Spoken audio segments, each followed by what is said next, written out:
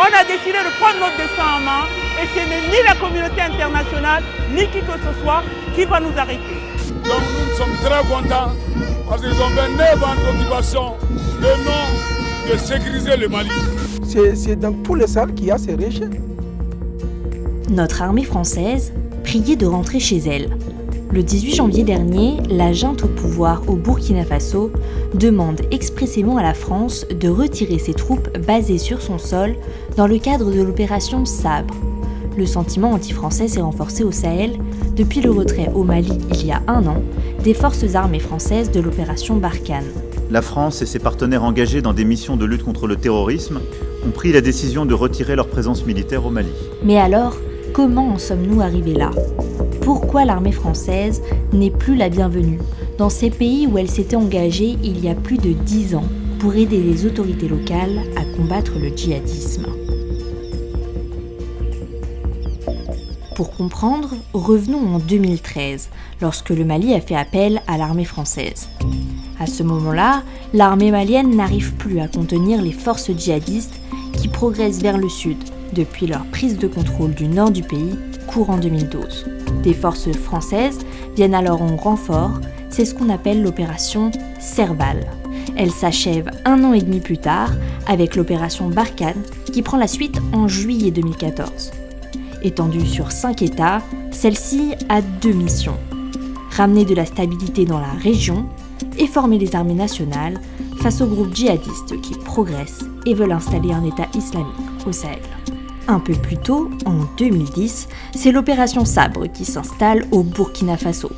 Également lancée pour rétablir une certaine sécurité au Sahel, elle est cependant très différente de l'opération Barkhane. D'abord, c'est l'armée française qui demande à s'installer dans le pays et non pas les autorités burkinabées qui réclament son intervention. Ensuite, en 13 ans, la force Sabre n'est intervenue qu'une seule fois au Burkina Faso. Elle y a seulement installé sa base car son terrain d'action était principalement le Mali et dans une moindre mesure le Niger. Enfin, l'opération Sabre était une opération des forces spéciales, c'est-à-dire que celles-ci ne sont pas déployées pour former les armées nationales, mais pour mener des actions militaires secrètes et de haut niveau. On lui doit notamment l'élimination du chef de l'État islamique au Grand Sahara ou encore du chef d'Al-Qaïda au Maghreb islamique. Il faut bien comprendre qu'au départ, ces opérations ont été très bien accueillies au sein des populations, notamment l'opération Serval, qui n'était pas secrète et qui a triomphé seulement au bout de quelques semaines avec une reprise du nord du Mali. Mais Barkhane et Sabre ont été lancés sans que leur durée ne soit bien définie. Plus de 10 ans après, le Mali puis le Burkina Faso nous ont finalement indiqué la porte de sortie. Mais pour quelles raisons exactement ? D'abord, c'est un phénomène général. Toute opération militaire sur un territoire étranger qui dure est perçue à terme comme une invasion et comme une volonté de s'implanter durablement sur le territoire du pays. La deuxième raison, c'est que les objectifs n'ont pas été atteints, puisque malgré la présence des forces françaises, le terrorisme a continué à se développer et la situation dans ces pays ne s'est pas améliorée. Au contraire, elle s'est considérablement dégradée. En effet, depuis 2020, les deux pays ont subi 2 coups d'État successifs, mettant au pouvoir les juntes militaires. Les forces djihadistes ont profité de ce climat d'instabilité politique pour avancer vers le sud et atteindre les pays du golfe de Guinée. Désormais, pas une semaine ne se passe sans que des attaques djihadistes soient perpétrées et fassent des dizaines de morts. Mais alors, est-il légitime de reprocher aux opérations françaises de ne pas avoir réussi à contenir la menace djihadiste ? Non, je ne pense pas. Parce que d'abord, la violence djihadiste s'est surtout développée dans des zones où Barkhane n'intervient pas. C'est le cas du Burkina Faso et c'est le cas du centre du Mali, où l'armée française, et où Barkhane n'est jamais intervenue. Mais la valeur ajoutée fondamentale pour moi de Barkhane, c'est que Barkhane avait une puissance d'intervention dans les airs, dans la 3e dimension. Donc on avait une surveillance satellitaire, on avait l'aviation de chasse française qui pouvait intervenir et on avait aussi les drones. Donc Barkhane empêchait tout grand regroupement d'unités djihadistes. Et on l'a vu très vite, à la fin de Barkhane, se sont reconstituées de très grandes unités djihadistes qui n'auraient jamais pris ce risque quand elles étaient susceptibles d'être bombardées par l'armée française. Mais pour Niagale Bagayoko, également spécialiste des questions de défense en Afrique, l'armée française aurait tout de même commis une erreur.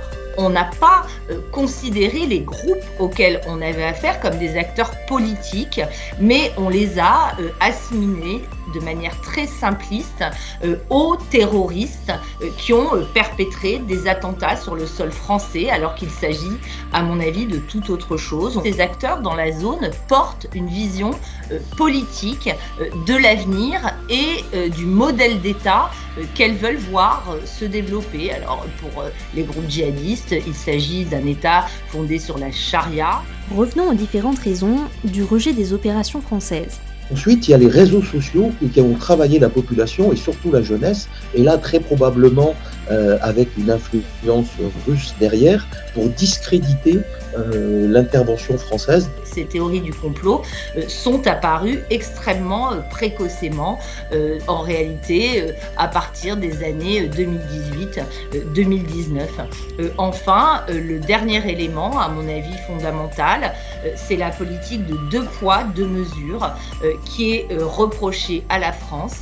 Il est absolument incompréhensible aux yeux des opinions publiques africaines que la France ait validé l'accession inconstitutionnelle au pouvoir d'une junte militaire au Tchad, tout en s'opposant dans le même temps à la junte malienne.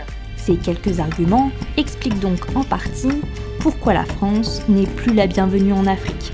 Il faut y ajouter une dernière explication propre au Burkina Faso.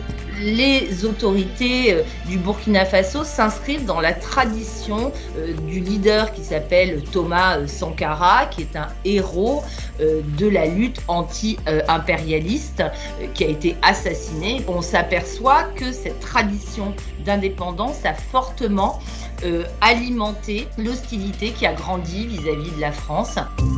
Aujourd'hui, le Burkina Faso n'a pas rompu ses relations diplomatiques avec la France, à la différence du Mali, dont la demande de départ des troupes françaises a créé une véritable crise qui perdure entre les 2 pays.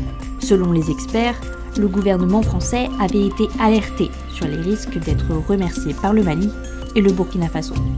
Il aurait dû prendre en compte les différents éléments qui lui étaient reprochés. Si la France ne rassure pas sur ses réelles intentions, elle risque de nouveau d'être congédiée d'autres pays d'Afrique dans lesquels elle est militairement présente, comme le Niger.